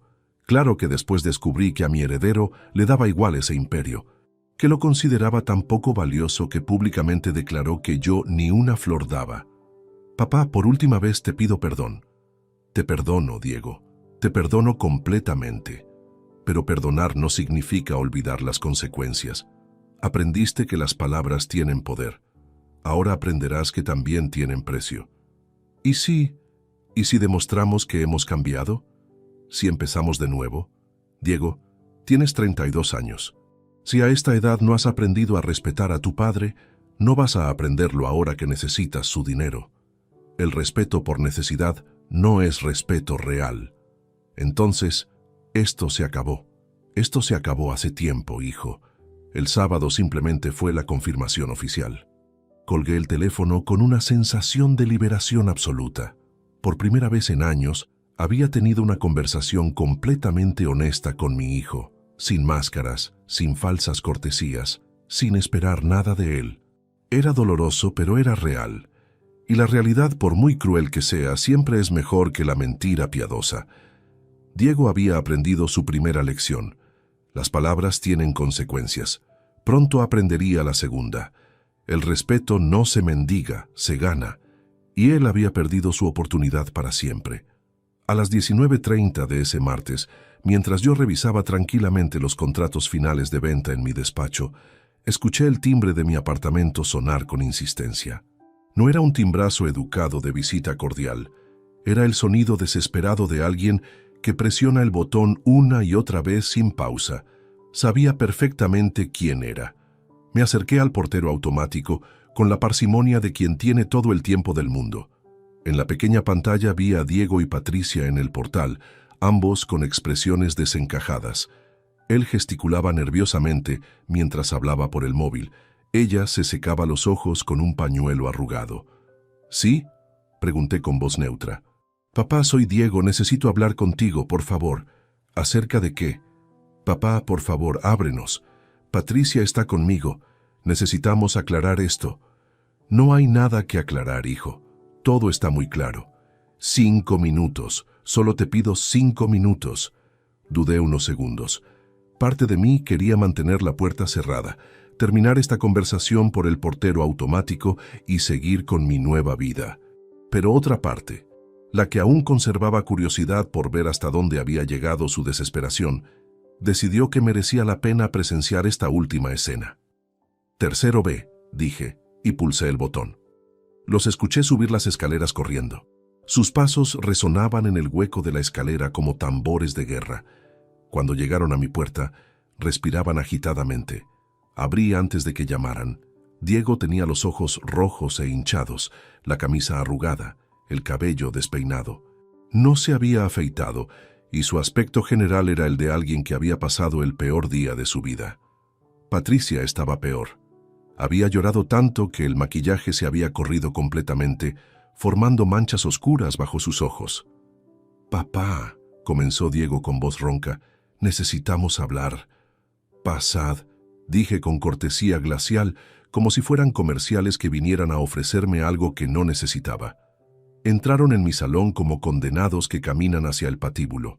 Patricia se sentó en el borde del sofá, con las manos entrelazadas y la mirada fija en el suelo. Diego permaneció de pie, paseando nerviosamente por la habitación. «¿Queréis beber algo?», ofrecí con la misma cortesía que mostraría a unos desconocidos. «No, papá, solo queremos...» Diego se detuvo y me miró directamente a los ojos. «Queremos pedirte perdón. Ya me habéis pedido perdón por teléfono. No así, no cara a cara, no como debe ser». Patricia levantó la vista por primera vez desde que había entrado. Sus ojos estaban cristalinos, a punto de derramarse otra vez.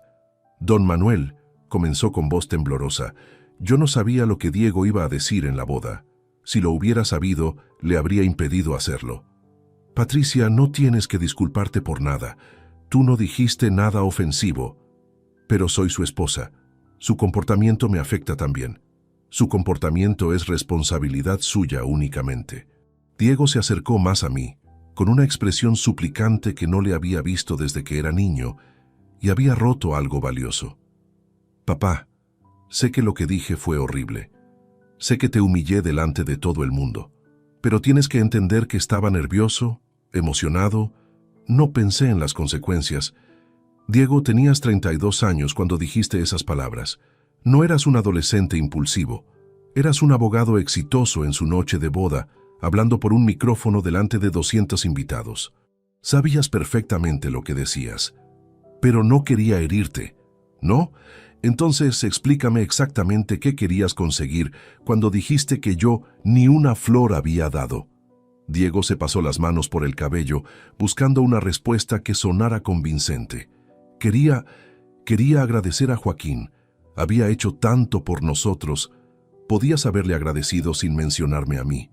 Podías haber elogiado su generosidad sin contrastarlo con mi supuesta tacañería. Tienes razón, admitió con voz quebrada. Fue innecesario y cruel. ¿Fue la primera vez que pensaste eso de mí? ¿Qué quieres decir? ¿Era la primera vez que considerabas que yo no contribuía lo suficiente a tu vida? ¿O llevabas años pensándolo? Diego se quedó en silencio. Sabía que cualquier respuesta lo incriminaría más.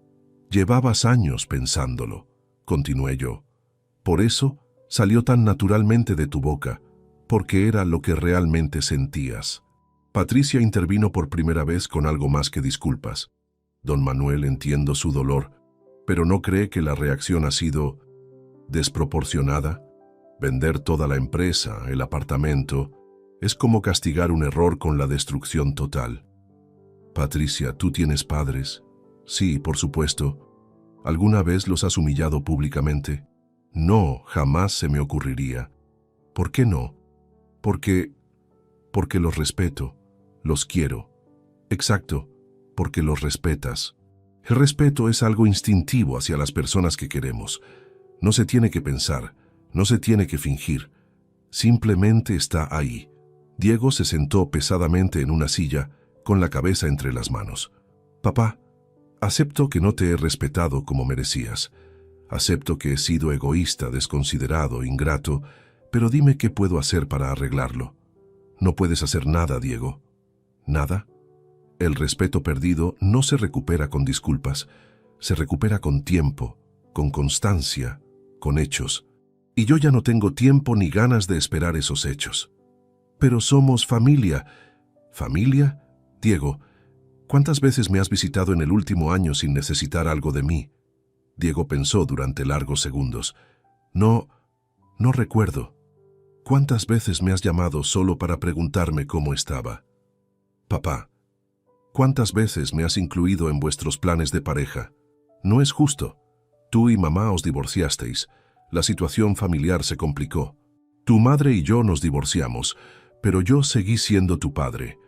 El problema es que tú dejaste de ser mi hijo mucho antes del sábado. Patricia comenzó a llorar otra vez, pero silenciosamente.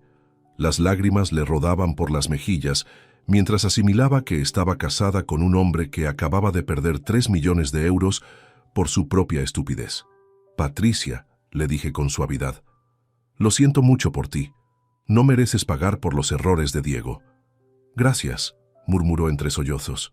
Pero él eligió humillarme públicamente, y las elecciones tienen consecuencias. Diego se levantó bruscamente, con un destello de rabia en los ojos. Vale, papá, ya está bien. He cometido un error, lo reconozco. Pero tu reacción es desproporcionada y cruel. Eres mi padre. Se supone que me tienes que querer incondicionalmente. ¿Incondicionalmente? Diego, el amor incondicional existe hasta cierto punto. Cuando se sobrepasa ese punto, cuando se pisotea repetidamente, cuando se da por sentado, se agota. ¿Estás diciendo que ya no me quieres? Te quiero, Diego. Siempre te querré, pero ya no confío en ti, ya no respeto tus decisiones, ya no creo que merezcas mi patrimonio. Pero puedo cambiar. ¿Puedes? Tienes 32 años. ¿Cuántos años más necesitas para aprender a respetar a tu padre? Los que hagan falta. Yo ya no tengo los que hagan falta. Tengo 65 años. No voy a pasar el resto de mi vida esperando a que mi hijo madure. Diego se desplomó en la silla otra vez, esta vez con lágrimas corriendo por su rostro. Entonces esto es definitivo. Esto es definitivo. ¿Y qué vamos a hacer nosotros? Lo que hace todo el mundo, trabajar, esforzarse, construir vuestro propio futuro, sin depender de herencias que no habéis ganado. Papá, por última vez, te suplico que reconsideres esto. Diego, por última vez, te digo que las decisiones están tomadas.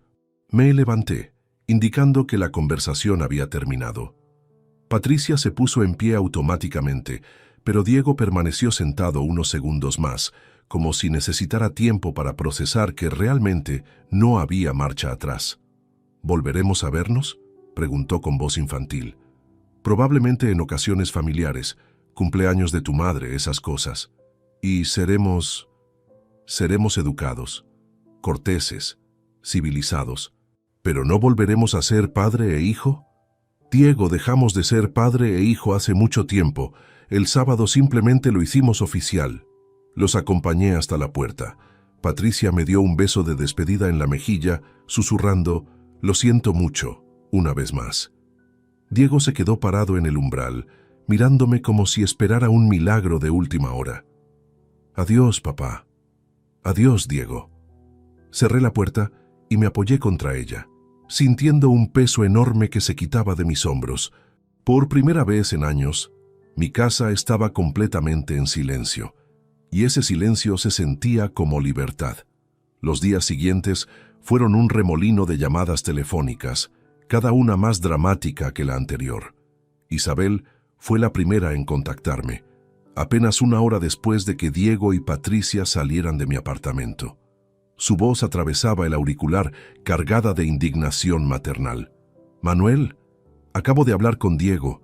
Está destrozado. ¿Cómo has podido hacerle esto?» «Buenos días, Isabel. ¿Cómo estás?» «No me cambies de tema. ¿Te das cuenta de lo que has hecho? Has arruinado el futuro de tu propio hijo por un comentario desafortunado». Me serví un whisky mientras escuchaba su sermón. Era curioso cómo Isabel siempre había tenido la capacidad de convertir las víctimas en culpables y viceversa. «Isabel, ¿estuviste en la boda?» «Por supuesto que estuve, pero no escuché nada terrible. Diego estaba nervioso, emocionado. ¿No escuchaste cuando dijo que yo ni una flor había dado?» Hubo un silencio incómodo. Isabel había escuchado perfectamente, pero elegía minimizarlo. «Manuel, esas cosas se dicen en el calor del momento. No significan nada. Para ti no significan nada. Para mí significaron todo. Eres su padre. Los padres perdonamos. Los padres perdonamos, Isabel. Pero después de años de humillaciones, después de ser constantemente ignorado, después de una humillación pública, hay límites». «¿Qué humillaciones? Diego te adora». Esa frase me hizo reír con amargura. ¿Me adora? ¿Cuándo fue la última vez que Diego me visitó sin necesitar algo? ¿Cuándo fue la última vez que me incluyó en sus planes? ¿Cuándo fue la última vez que se preocupó por mi salud? Está ocupado, tiene su vida. Tiene tiempo para Joaquín. Tiene tiempo para almorzar con Joaquín los domingos, para ir de compras con Joaquín, para consultarle decisiones a Joaquín. Joaquín se convirtió en el padre que yo dejé de ser hace años. «Estás celoso». «No estoy celoso, Isabel. Estoy liberado. Manuel, te lo suplico, reconsidera esto. Diego ha aprendido la lección». «¿Qué lección?» «La de que las palabras tienen consecuencias. Esa lección tenía que haberla aprendido hace décadas». «Pero es tu hijo. Es mi hijo biológico. Pero hace tiempo que dejó de ser mi hijo emocional». Isabel colgó furiosa, prometiendo que esto no quedaría así. No volví a saber de ella durante semanas. La segunda llamada llegó al día siguiente. Era Joaquín Vega, el protagonista involuntario de todo este drama. «Manuel, espero que no te moleste que te llame directamente. Conseguí tu número a través de Patricia». «No me molesta, Joaquín. ¿En qué puedo ayudarte?» «Estoy llamando por el tema de Diego. Sé que ha habido un malentendido». «No ha habido ningún malentendido, Joaquín. Todo está muy claro. Manuel, como padre, entiendo tu dolor, pero creo que Diego no pretendía herirte. Solo quería agradecerme por haber organizado la boda». Era irónico escuchar a Joaquín defendiendo a Diego con más convicción de la que Diego había mostrado por sí mismo. «Joaquín, aprecio tu llamada, pero esto es un asunto entre Diego y yo». «Entiendo, pero Patricia está muy afectada. Diego está buscando trabajo desesperadamente. Han tenido que cancelar la luna de miel. Son las consecuencias de sus actos. Manuel, yo no necesitaba que Diego me elogiara públicamente. Si hubiera sabido que iba a causarte dolor, le habría pedido que no lo hiciera. El problema no fue que te elogiara, Joaquín. El problema fue que me menospreció para hacerlo». ¿No podrías reconsiderar tu decisión? Al menos parcialmente. Las decisiones están tomadas. Entonces, lo siento mucho, Manuel. Genuinamente. Joaquín colgó con educación.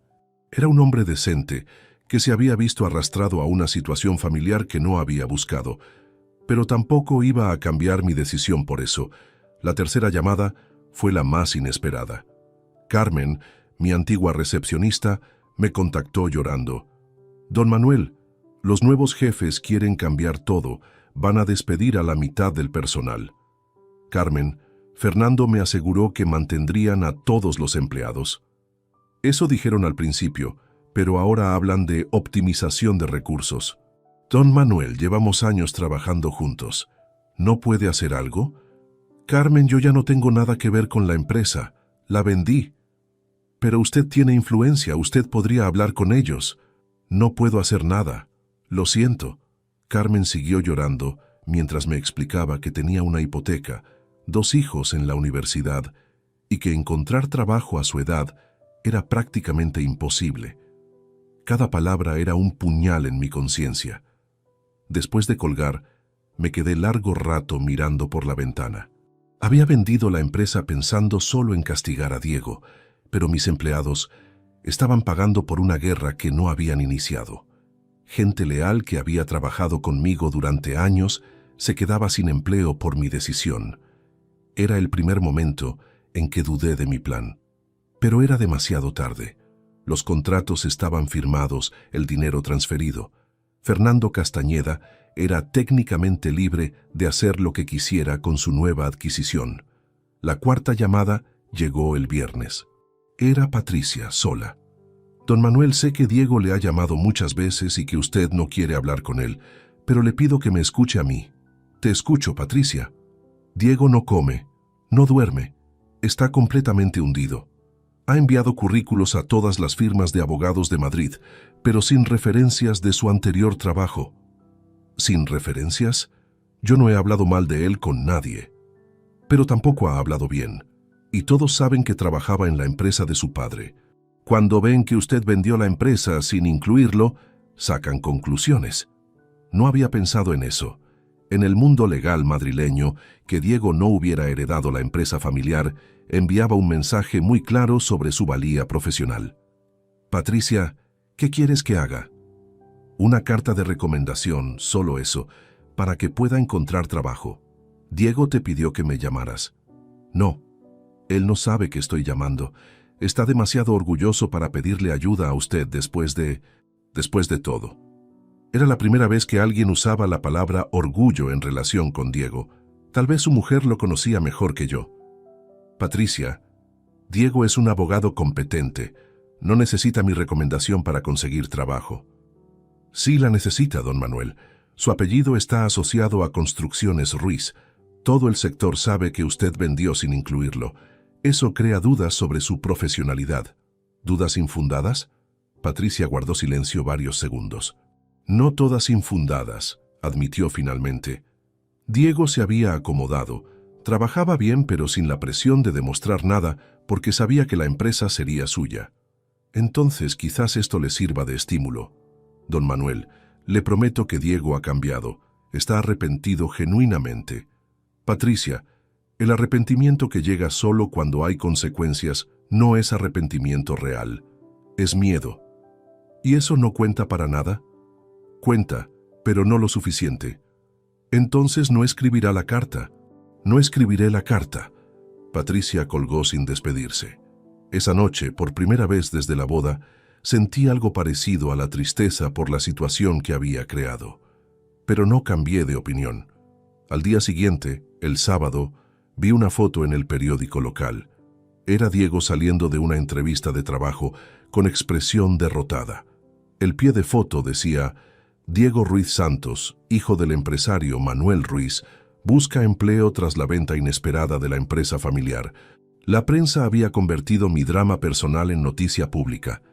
Esa tarde, mientras paseaba por el Retiro, me crucé con Sebastián, mi vecino anciano que me había ayudado con la endoscopia. Manuel, he visto lo del periódico. ¿Todo bien? Todo perfecto, Sebastián. ¿Seguro? Parece una situación complicada con tu hijo. Las situaciones complicadas a veces tienen soluciones simples. ¿Simple? No me parece simple. Sebastián, ¿tú tienes hijos? 3. 2 viven en Barcelona, 1 en Sevilla. Te visitan cada 2 meses, como mínimo, y me llaman todas las semanas. ¿Sabes por qué? Porque los eduqué para que respetaran a su padre. Exacto. Sebastián había conseguido algo que yo había fallado en lograr, pero ya era demasiado tarde para cambiar el resultado. Las consecuencias estaban en marcha, y no había marcha atrás. Han pasado 8 meses desde aquella noche de septiembre que cambió todo para siempre. Mientras escribo estas líneas desde la terraza de mi nueva casa en Nerja, viendo el Mediterráneo extenderse hasta el horizonte, puedo afirmar sin dudas que tomé la decisión correcta. El sol de Andalucía calienta mi rostro mientras repaso mentalmente todo lo que ha ocurrido desde entonces. En enero de 2024, 3 meses después de vender todos mis bienes, tomé una decisión que sorprendió incluso a mis amigos más cercanos. Me mudé a la Costa del Sol. Con parte del dinero obtenido de las ventas, compré esta casa con vistas al mar, a 10 minutos caminando del centro de Nerja. No es ostentosa, pero es perfecta para un hombre de mi edad que ha decidido vivir para sí mismo por primera vez en décadas. La rutina de mi nueva vida es simple y satisfactoria. Desayuno en la terraza leyendo la prensa internacional, paseo por la playa de Burriana, almuerzo en alguno de los restaurantes del pueblo donde ya me conocen por mi nombre, siesta, y por las tardes leo, escucho música o simplemente contemplo el mar. Los fines de semana exploro pueblos cercanos, visito museos en Málaga o simplemente disfruto de la tranquilidad que no había conocido en años. He hecho nuevos amigos, jubilados como yo que han elegido este paraíso para sus años dorados. Jugamos al dominó en el chiringuito de la playa, intercambiamos historias de vida, organizamos cenas donde nadie me pide nada ni espera nada de mí, excepto mi compañía. Es liberador relacionarse con personas que te valoran por quién eres, no por lo que puedes darles. En abril viajé a Italia durante 6 semanas. Roma, Florencia, Venecia, los lagos del norte, lugares que había soñado visitar durante años, pero que siempre posponía por responsabilidades empresariales o familiares. Caminé por el Vaticano sin prisa, me perdí en los museos de los Uffizi, navegué por los canales venecianos, sintiendo una paz interior que no había experimentado jamás. En ese viaje conocí a Elisabetta, una viuda italiana de 62 años que también recorría Italia redescubriendo su propio país. Compartimos algunas cenas, varios paseos, conversaciones profundas sobre la vida, las segundas oportunidades, el valor de la libertad emocional. No es una relación romántica intensa, pero sí una compañía cálida y honesta que me ha demostrado que aún hay espacio para nuevos vínculos en mi vida. ¿Y qué ha pasado con Diego durante estos meses? He seguido su evolución a través de conocidos mutuos, nunca por contacto directo. Los primeros meses fueron devastadores para él. Le costó casi 4 meses encontrar trabajo. Finalmente, en un bufete de abogados de segunda línea, donde el salario es una fracción de lo que ganaba en mi empresa. Patricia tuvo que volver a trabajar a tiempo completo en un estudio de arquitectura, aplazando indefinidamente sus planes de maternidad. Según me contó Roberto Navarro en una de nuestras conversaciones telefónicas, Diego y Patricia tuvieron que mudarse a un apartamento mucho más pequeño en las afueras de Madrid. El contraste con la vida que habían planeado es brutal. En lugar del apartamento de lujo en el centro y la seguridad económica de ser herederos de una empresa próspera, ahora luchan como cualquier pareja joven por llegar a fin de mes. En febrero, Isabel me llamó para contarme que Diego había tenido una crisis nerviosa. Había perdido peso dramáticamente, sufría insomnio y, según Patricia, hablaba constantemente de arreglar las cosas conmigo. Isabel me suplicó que lo contactara, que le diera alguna señal de esperanza. No van a haber señales de esperanza, Isabel, le respondí con firmeza. Diego necesita aprender a vivir sin depender de mí, pero está sufriendo, está aprendiendo. El sufrimiento a veces es pedagógico. ¿No sientes nada de culpa? Siento tristeza por la situación, pero no culpa por mis decisiones. Diego creó esta situación con sus palabras y actitudes. Isabel colgó frustrada, pero un mes después volvió a llamar con noticias diferentes. Diego está cambiando, me dijo con algo parecido al asombro. Ha empezado terapia psicológica, está trabajando en sus problemas de actitud, en su relación con la responsabilidad. Me alegro por él. Manuel, creo que realmente ha aprendido la lección. ¿No consideras que ya ha sufrido suficiente? Isabel, el sufrimiento no se mide en tiempo, sino en aprendizaje real.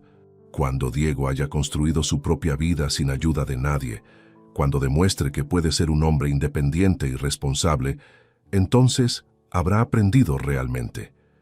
¿Y entonces qué? Entonces será un hombre mejor. Pero eso no significa que recupere lo que perdió. En mayo recibí una carta. No una llamada, no un mensaje, sino una carta escrita a mano en papel de calidad. Era de Diego. Papá, comenzaba, no escribo para pedirte nada, sino para contarte lo que he aprendido durante estos meses. Has tenido razón en todo. Era un hijo egoísta, desagradecido, que daba tu amor por sentado. Me comporté contigo como jamás me permitiría que mis futuros hijos se comportaran conmigo. La carta continuaba durante 3 páginas, donde Diego analizaba con honestidad brutal sus errores, su arrogancia, su falta de respeto sistemática. Reconocía que mi reacción había sido proporcionada a años de humillaciones acumuladas, que él había vivido en una burbuja de privilegios sin valorar los sacrificios que había hecho por él. No te pido perdón, escribía en el último párrafo, porque sé que las disculpas no borran las consecuencias. Solo quiero que sepas que he entendido tu mensaje. Estoy construyendo mi propia vida, aprendiendo a ser un hombre independiente, trabajando en convertirme en alguien de quien puedas sentirte orgulloso algún día. No para recuperar lo que perdí, sino para ser digno del padre que siempre tuviste. Terminaba la carta sin pedir nada, sin sugerir encuentros, sin mencionar dinero o reconciliaciones. Era simplemente el reconocimiento maduro de un hombre que había entendido por fin la magnitud de sus errores. Guardé la carta en mi escritorio, pero no la respondí. No porque fuera cruel, sino porque Diego necesitaba continuar su proceso de crecimiento sin depender de mi aprobación. En julio, Joaquín Vega me llamó con una noticia interesante. Manuel, quería contarte algo sobre Diego. Ha venido a verme para rechazar cualquier ayuda económica de mi parte. ¿Cómo? Patricia y él estaban atravesando dificultades económicas. Yo me ofrecía a ayudarlos temporalmente, como haría con cualquier familiar. Pero Diego me dijo que necesitaba aprender a resolver sus problemas sin ayuda de nadie. Era la primera vez en años que Diego rechazaba una ayuda económica. El cambio era notable. También me pidió disculpas, continuó Joaquín. Dijo que había usado mi generosidad para humillarte y que eso no estaba bien. Se comportó como un hombre muy maduro. Me alegro de escuchar eso. Manuel, creo que tu hijo se está convirtiendo en el hombre que siempre quisiste que fuera. Espero que así sea, Joaquín. Pero no para mí, sino para él mismo. Hace 2 semanas, en mi paseo matutino por la playa, reflexionaba sobre todos estos cambios. ¿Había sido demasiado duro? ¿Había exagerado mi reacción? Después de 8 meses de distancia emocional y geográfica, podía analizar la situación con más objetividad. La conclusión es clara. Hice exactamente lo que debía hacer. Durante años acepté migajas de cariño filial. Me conformé con ser un padre de segunda categoría. Toleré humillaciones continuas, esperando que el tiempo arreglara la relación. Pero el tiempo no arregla nada por sí solo. Las personas cambian solo cuando las consecuencias de no cambiar se vuelven insoportables. Diego está aprendiendo a ser un hombre independiente, responsable, que valora lo que tiene en lugar de dar por sentado lo que recibe. Patricia está descubriendo que su marido puede ser más fuerte de lo que imaginaba cuando no tiene redes de seguridad.